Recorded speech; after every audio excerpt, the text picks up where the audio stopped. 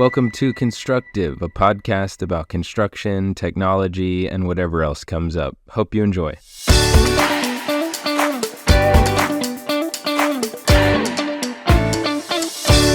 Welcome back to Constructive. Thanks for being here. This is episode 17. I have Aakash Prasad here, and I'll let you do some of your own version of your background, but since we talked, I did a little bit of Googling and listened to a few podcasts. The AECT podcast you were on with Nick Heim is a great podcast. He was, I think, episode 49. You were also on a Touch of Life Foundation podcast. One of the cool things about it was AI with empathy, and you kind of explained your pledge to give away your entire stake of InspectMind. Then I also listened to one that was a real estate podcast back in the COVID era. But one of the things I found so noteworthy about it was when you started your first company at 13, and You were basically, as you've said, born into the intersection of tech and construction, or AEC engineering as well. And this seems to be part of kind of your foundation. And I'm just wondering, why are tech and AEC an unlikely but possible really potent marriage? I think it's so exciting. I mean, honestly, for me, it was like destiny. I mean, my dad is a structural engineer and my mom is a software engineer. So honestly, it wasn't really my choice. I just grew up seeing so much construction. My dad going to job sites, doing inspections, writing reports, engineering buildings, just saw so many blueprints, calculations, reports growing up. And then, seeing my mom work at a big tech company writing software. And I actually started coding when I was 6 years old. I made my first website when I was 6 years old. Long story, maybe for another time. But, so I grew up like learning how to code early, like studied computer science at Berkeley, have built a few different companies, including like pure software companies, including AEC companies. And, with InspectMind now, it's really the marriage of both. It's really applying like software, the latest innovations in like AI, large language models, computer vision, to like real practical problems in AEC. Like this idea for InspectMind came from watching my dad do site visits and writing reports, and like spending 2 hours writing a report and asking me to proofread it. And I was like, I bet AI could do this thing. And so that's where we got this idea. And I, was friends with a really good software engineer, also neighbor, like in San Francisco, just lived across the street from me. And she's a really good engineer from Carnegie Mellon, Google, Airbnb, and she wanted to build something. And I was like, we're having dinner like a year back, and I'm like, hey, I got this idea. And she took me seriously, and we got a company now. I'm envisioning this future where every construction site has a drone in a dock and maybe a rover with a 360 camera on it docked as well. And on jobs like mine, the managing jobs, the work is then going to be kind of managing these AI tools that are gathering that data from those basically IoT sensors or robotics that are gathering imagery. And they're going to be both gathering the data, reporting on it, and even analyzing it a little bit for us, maybe with our own quality control. But the tech will be trained too on like the building codes and standards, as well as the contract documents. And when you start adding in the BIM models and the reality capture of the actual site, it's going to be like super automated very quickly on a construction site, don't you think? Yeah, what we want to do, like the way we think about things, is we want to let you focus on kind of your knowledge and know-how, and for our application to be kind of a co-pilot or assistant, right? So for example, if you're doing an inspection and you're using InspectMind, it's really your knowledge of what to look at and what's going on, and kind of your experience of, this type of crack means it could be this kind of damage, right? And then the AI and the software is really helping put that into the report, which is like the boring part. Like, who likes writing reports? Like I don't meet too many people who like writing reports. So people are pretty ready to use us because it's something nobody wants to do. But what we find is that, the experts like you have the know-how and the knowledge of like what to look at, what's important to look at, what are the issues, like what's really going on, and kind of apply your professional judgment. And we are like an assistant, a co-pilot, a tool to do like the boring grunt work of like putting that into this like 500-page complex inspection report, just as an example. So ultimately, it's about giving professionals leverage and like allowing them to do the parts they enjoy. Like just going back to my dad, for example, I mean, he loves learning. He loves sharing knowledge. Like he could go on and on about like what's wrong with that foundation. Writing the report, he doesn't enjoy, right? So if the app can write the report for him, but he's really the expert on like what's going on with the foundation, what's the best way to fix it, why did this happen, what's the soil conditions, whatever, and really that's like a really good like way that it's complementary to like the subject matter experts like yourself or like my dad. I think I'm going to try to find a way to play one of those videos I saw you guys post on LinkedIn of the lady that you had walking around in the glasses and doing an example of a simple example, but a powerful one where she's just got glasses that capture images. I don't know if they're already AR enabled as well, but she can then speak the inspection into the glasses as she walks around, and it will capture the images and the notes that she's verbally taking and turn them into a report basically instantaneously. And that right there seems like a pretty good use case to me, like enough said in my opinion. But do you want to add? That actually came as a customer request from 3 customers because they're using our app to inspect buildings, especially buildings damaged by hurricanes and hail and wind and storms. And so the issue that they have is they're hanging off the top of a roof and they've got their iPad and they're taking photos and talking about what's going on. But, it's probably not safe holding something when you're on top of a roof, right? So we were thinking, okay, how can we just make this thing hands-free? And that's where the glasses came in. You put the glasses on, you say, hey, take a photo, there's this kind of crack, or, take a photo, the, foundation needs, helical piers.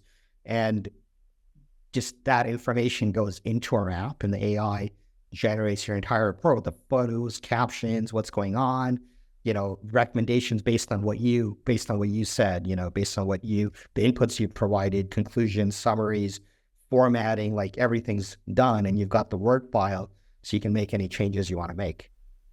Sweet. That was the part that I just like had to get into, but I do kind of want to go back to the beginning for you a little bit and embellish on the beginnings here. You had an entrepreneurial mindset so early, and talk about having a dad as an engineer and a mom in the tech industry and how that kind of shaped you.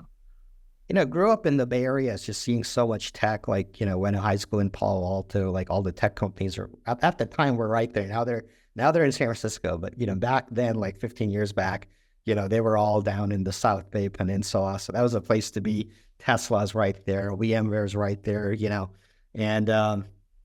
and so, growing up in this tech startup world, but seeing so much construction and really, just so many ideas coming to mind of there's so many ways to use technology to solve real problems for like real people like my dad and yourself, right? There's so many tech people solving, kind of like tech problems, right?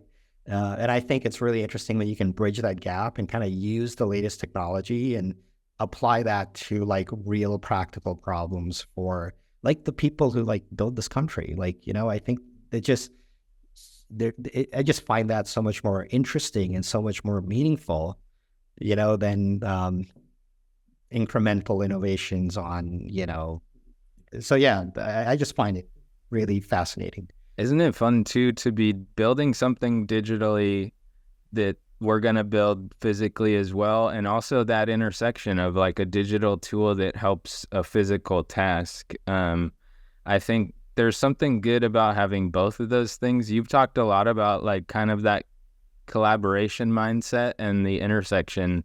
And I feel like people with a variety of backgrounds and experiences and skill sets are super valuable in a time like this. So if you have a lot of construction technical knowledge, but you're also computer savvy, maybe you know some programming language, maybe you actually really can understand what an LLM does and how loading construction-related knowledge into one can give us some pretty cool. I think those things are going to become really valuable in companies, and I wonder too. It just sounds like you look for people like that, and you look for those intersections of two different industries kind of mashing together. What do you think that is that you're No, attracted to? at the end of the day, we find the best employees are like people who are builders, right? It's like just one of our engineers just started last month. His name is David. He started coding when he was 7 years old, and he built a search engine with his friend in elementary school. His friend Bryce is starting with us next week too. They've been friends since kindergarten, and they've been working together since elementary school. They already built 2 websites in elementary school. And on top of that, he's also built like a whole like camper on the back of a Dodge Ram, like even physical stuff, you know? And so what I find is honestly the people we want to hire. In fact, we just made an offer today. Another engineer, he's starting next Tuesday or Wednesday. You know, he has built 50 apps over the last 10 years. He's built 50 apps for like civil engineering and construction. Like that's the kind of people we like people who are builders, right? And there's such a difference between like the people who just love building things, and it could be physical things like construction, it could be digital things like software. But like you just look at their history, you just look at their portfolio, you just look at all the things they've built over the years, and that's how you know they're going to do a great job. One of the things we initially connected on is just like the value statement for my podcast, I guess, or me personally, is really about constructive. To me, I'm defining it just in like be helpful to other people. And the business world can be described as cutthroat and competitive and stuff, but I found it just feels like there's kind of almost a division between types of people where it's like, are you about the bottom line? Or are you about making more money? Or are you about influencing the people around you positively? And you and I just have really connected on that. And I wonder if you can expand on like the generosity aspect, but also sometimes like you have standards that seem to go into the, like maybe it does affect your bottom line at times to be self-sacrificing in a relationship. But if it builds that relationship, maybe it's even that you see a problem that you can solve for someone and it loses you money. You're going to make that choice, but why? So what it comes down to is you have to know your values. You know, how do you make decisions, right? If your values is just money, you're going to make very short-sighted decisions, right? It's just going to be about, you know, your Autodesk and how many licenses can I sell and how much money can I squeeze out of this company. That's, you know, I don't care if someone's from Autodesk is watching it because they know it. They still work there. They know it.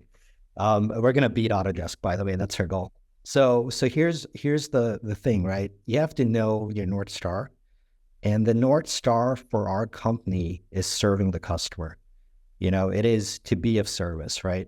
And so every decision we make at this company, it's very simple. It's one North Star. You know, do you go left? Do you go right? Do you go up? Do you go down? Well, the whole point is you're in this wilderness and you got this North Star, right? And that's being of service, and that guides every decision you make in the company. The kind of people you hire, I kind of describe it as missionary versus mercenary, right? People are kind of more purpose-driven, service-driven versus just, you know, coin-operated kind of people, right? And at the end of the day, it's about like what I believe, and honestly, what we're seeing the results, just how things have been going, is if you focus on the right thing, which is as a company, it's, you know, serving the customer, the rest takes care of itself. Because if you want to make more money, what is money? It's, in theory, it's a measure of values. If you want to make more money, focus on creating more value. You know, instead of Autodesk asking how much can I jack up the subscription every year without any innovation or improvements, right? Which is like short-term stock price improvements, right? But in the long run, you create these opportunities for other companies who are more service-oriented to kind of run around you. But instead, if you focus on the customer and serving the customer, then what you're doing is like, you're going to focus on, you know, how can I deliver the maximum value to my customers? And the more value you deliver to the customer, the more reason they have to pay you, you know? So instead of just like, how can I charge as much as possible, which is like short-sighted, it's like, you want to make more money? Well, go deliver 10 times as much value as anybody else. And why would they not pay you more money, right? Most of our customers, they're not short on money. Like you look at construction, you look at real estate, insurance, all these industries have a ton of money, right? They're not short on cash. That's not the problem. it's really, if you can just do a good job and you can maximize the value you create and deliver to the customer, you're going to end up making more as well, even though that's not what you're chasing. That's so good too. I see a lot in our AEC community, just the tech, the bad tech is killing us, and the junk is giving us anxiety about trying to adopt something new, where it's like there are a lot of them out there that just seem to be trying to fill a hole with whatever they can, and I think that does just sour the whole community. So I love finding people like you. Those companies are run by MBAs, not run by builders. They're run by people who look at things in spreadsheets and, my revenue is this much this month and it's going to be that much next month, and you're salivating over those numbers. That's not how we run our company. We don't even talk about revenue at this company. We turn down investors at this company. All we focus on is how can we serve the customer. And I think we're going to run around those MBA run companies just because we're focused on the right thing. It's kind of interesting because it's something I've been applying to my own career, kind of on this end of it. Is I've been hearing a lot about this. Let's shift our priorities and our focus as an industry back to designing and building construction projects. That's our product. Is we have a client come to us and say, I want to build these gadgets. And we're like, okay, we can create a manufacturing plant for that. And there's all this engineering that goes into it. But really our job is designing and building. So anything that we're doing beyond that isn't focused on helping that effort, we need to kind of cut it out. And it sounds similar to me. Do you feel like tech can also help us as an industry gather back into that focus? Oh, absolutely. And I think that, the mistake a lot of companies make is they're kind of too focused on the product or technology first. Rather, kind of our process is, who is the customer? What problem do they have? And how can we solve that problem? And understanding that whatever we build is a means to an end to solving your problem. So really starting with you and your problems first, versus like, hey, here's an app idea. And then like, who needs this app, So I think it's just a better way of like, again, it just comes back to being of service and serving the customer. And so serving the customer, you have to understand, is about them, not about you. It's not about your app idea. It's about what problem does my customer have and how can I best help them? And we've got these talented software engineers, just like you're building buildings, our engineers are building software. And, they're just focused on how can they help you? And if then you're not doing like random things that sound great on paper, like maybe not like Katera, you're doing things that like actually are helping the customer, right? Not like, so much more just focused on like, what are the problems you have? And, we got these people who want to be of service. They have the skill set of like, they can build software, they know AI, they know LLMs, they know computer vision, like great digital builders. And how can these digital builders help like these physical builders? And that's just the way that we, run our company. What I've seemed to find a lot in my role is that my clients, usually they're a government body or in the private sector, owners and developers and stuff, but they seem to want to know a few things about their project. Number one, am I getting what I'm asking for? Is what I was sold, the building, is it actually going to be built that way? Is it going to look like the picture they showed me? That's one thing they want. The second thing is my budget working? Is the cash flow all as we expected it was going to be? And then show me, like that's it. That's like what my job comes down to. And I feel like a lot of it still is very manual, and I think across the board, like I'm personally automating a lot of my job, but it's not necessarily adopted across, and it also seems to be very size-based, like project size-based. On the huge projects, they're trying every tool, and they have the R&D team that went out and found the best tech stack. But do you think that will change quickly too, where it's like even the size of project won't matter? It will still make sense to use the right technology? Yeah, and I think part of it is making the software really easy and intuitive to use. And we're working with all kinds of companies, from really small businesses and one-man shops to like companies with thousands of employees and everything in the middle. And so instead of just like oh, we're just going to work with those big companies because like all we care about is how much they can pay us.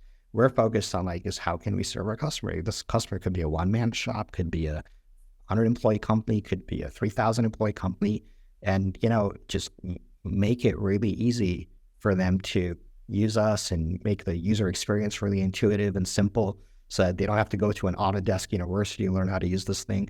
I mean, that's what we want to do, is make things really simple and just make it work and solve your problem. And because our North Star isn't like how much revenue can we get from you, we're happy to work with one-man shops. We're happy to work with 3,000-employee companies.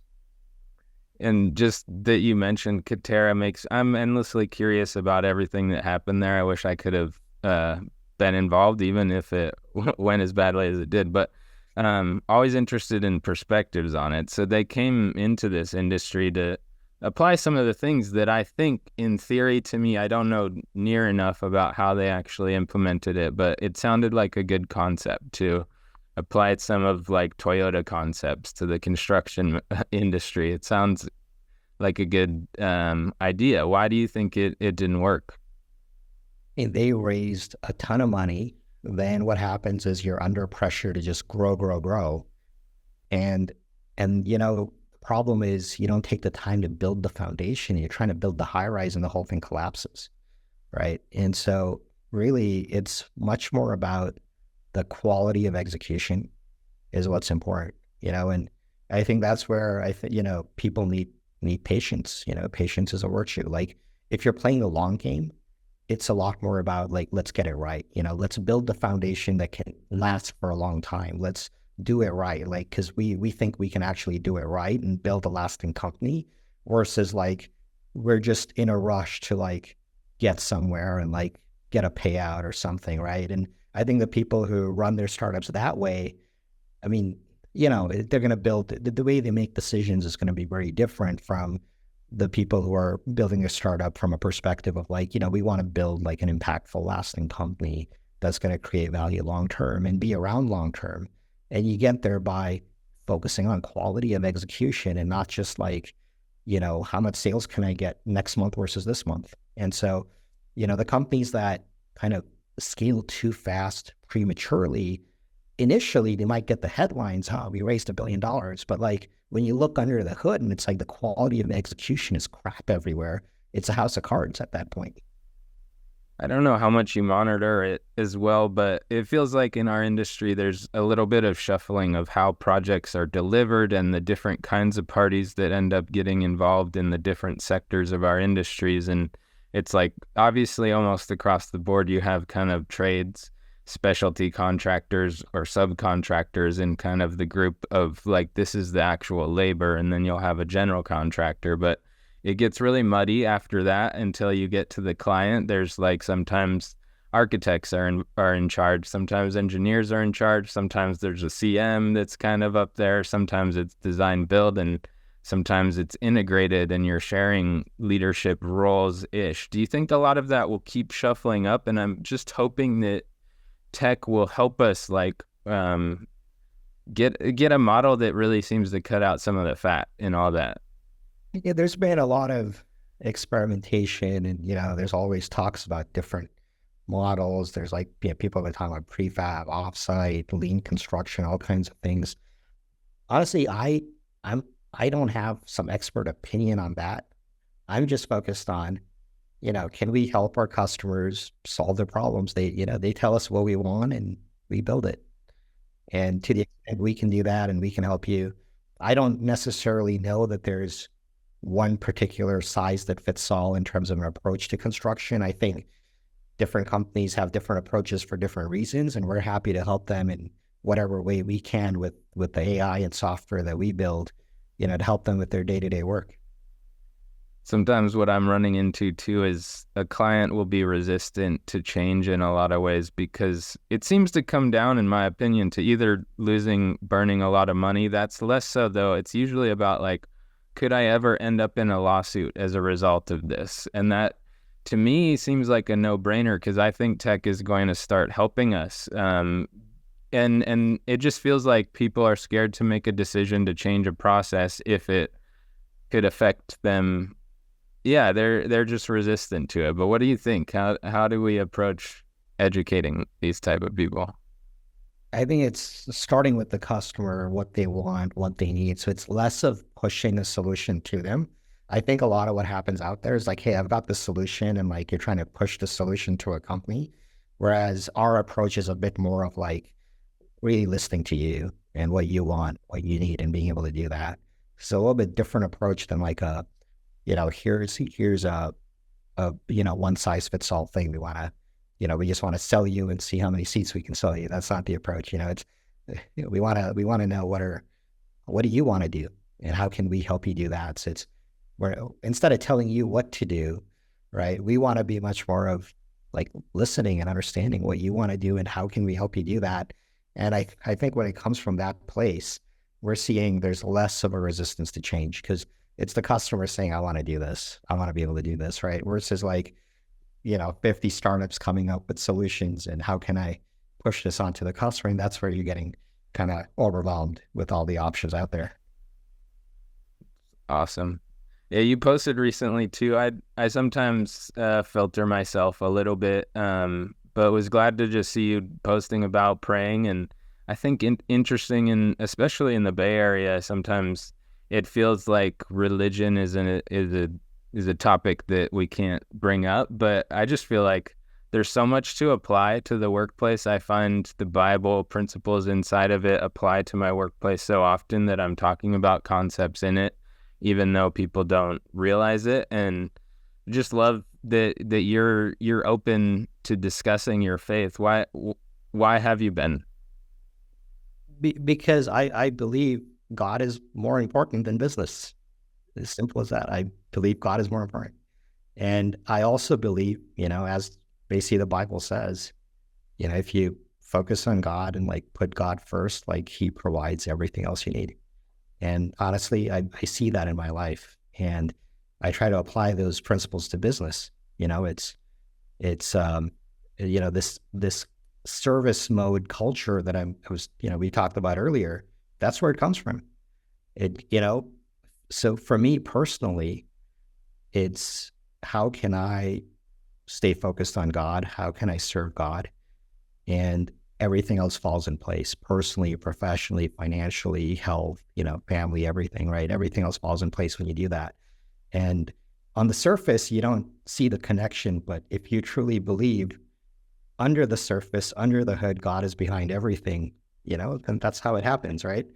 And I'll just give you an example. On Monday, we made a decision because, with all these hurricanes on the East Coast, Milton and Helene, there's so much damage there and inspections and rebuilding, but we didn't want to be one of those companies that's, profiteering off of these hurricanes that did so much damage and people lost their lives. Like, on one hand, there's so much demand there and so much that we can help with the inspection. Like, demand's just blowing up. Inspections for insurance, for contractors, for engineers, forensics, all kinds of things, right? And so I think a lot of companies would be like salivating, like, oh, we could go make so much money off of this. And we're like, no, we don't want to be that company that's profiteering off a natural disaster. So on Monday, we just said, we're going to make hurricane inspections free. On Tuesday morning at 11 a.m., like a big VC firm emailed me asking if we can meet at 2. And I literally replied, what do you want to meet about? They're like, no, we really want to invest. Can we meet at 2? So we meet at 2 and they invest at 3 p.m. And you don't see a direct connection between it, but you and I know. And, the thing is, it just, God works in creative ways, and it's behind everything. It's under the hood, right? You don't see it from the outside, but under the hood, I think, every atom, every particle in this universe is, God is behind it. And so I apply that personally, apply that professionally, just focus on being in service and let the rest fall in place, and it'll fall in place because God will make it fall in place. That's the reason.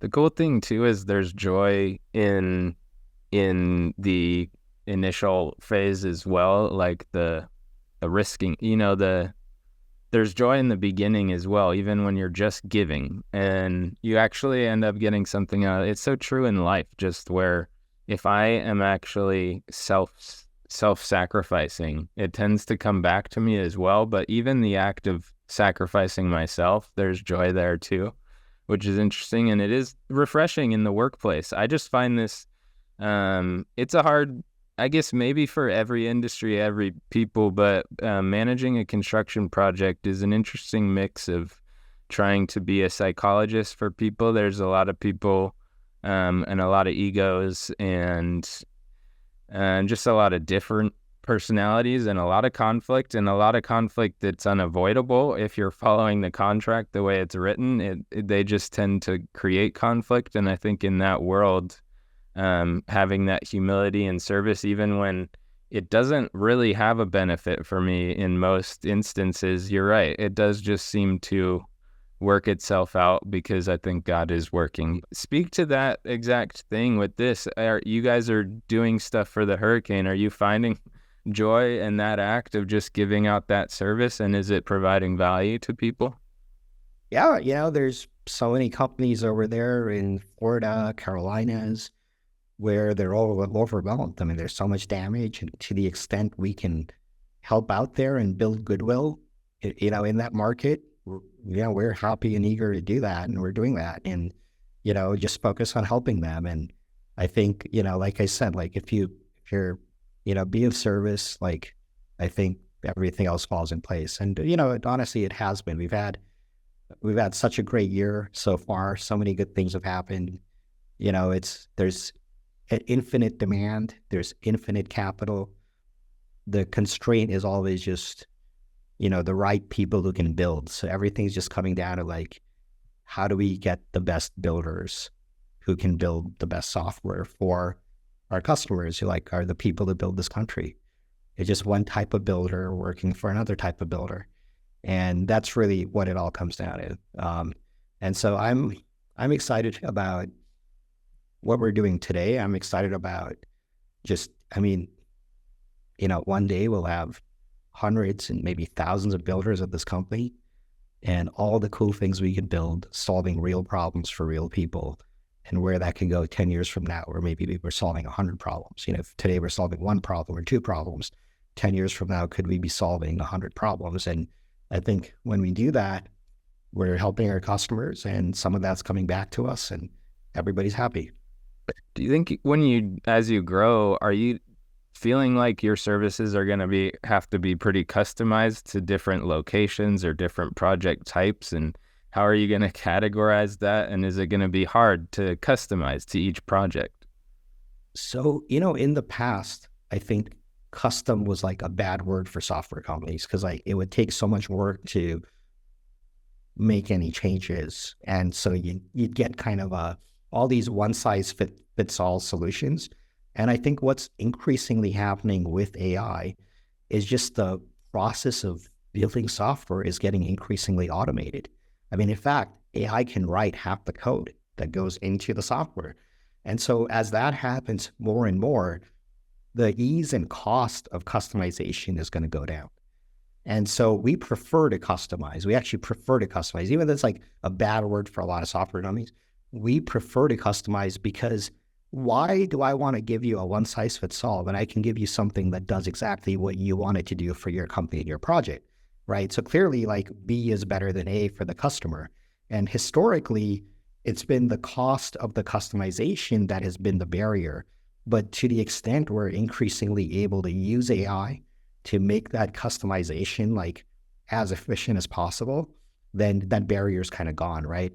And so the dream state that we're working towards for our inspection reports, like, here's the dream state. Maybe like it takes a year to get there, but imagine like anybody who does any type of inspections, oil and gas, home inspection, utilities, city build permits, whatever, right? They just download our app. They just give it like, here's my 3 past reports. The AI learns their report, and they just start using it, and it gives them exactly their report because it's learned how to do their reports, right? And that's like the dream state. That's like extreme customization, right? Because like you're getting exactly your inspection report based on your past reports. Like, it's extremely customized, but AI is customizing itself. So we want to get to a point where the AI customizes itself and everybody can have a custom solution. And I like the word solution better than product, because it's really about, you've got a problem and we've got a solution to solve that problem, versus like, we've got a product to sell you. So I really like the word solution better.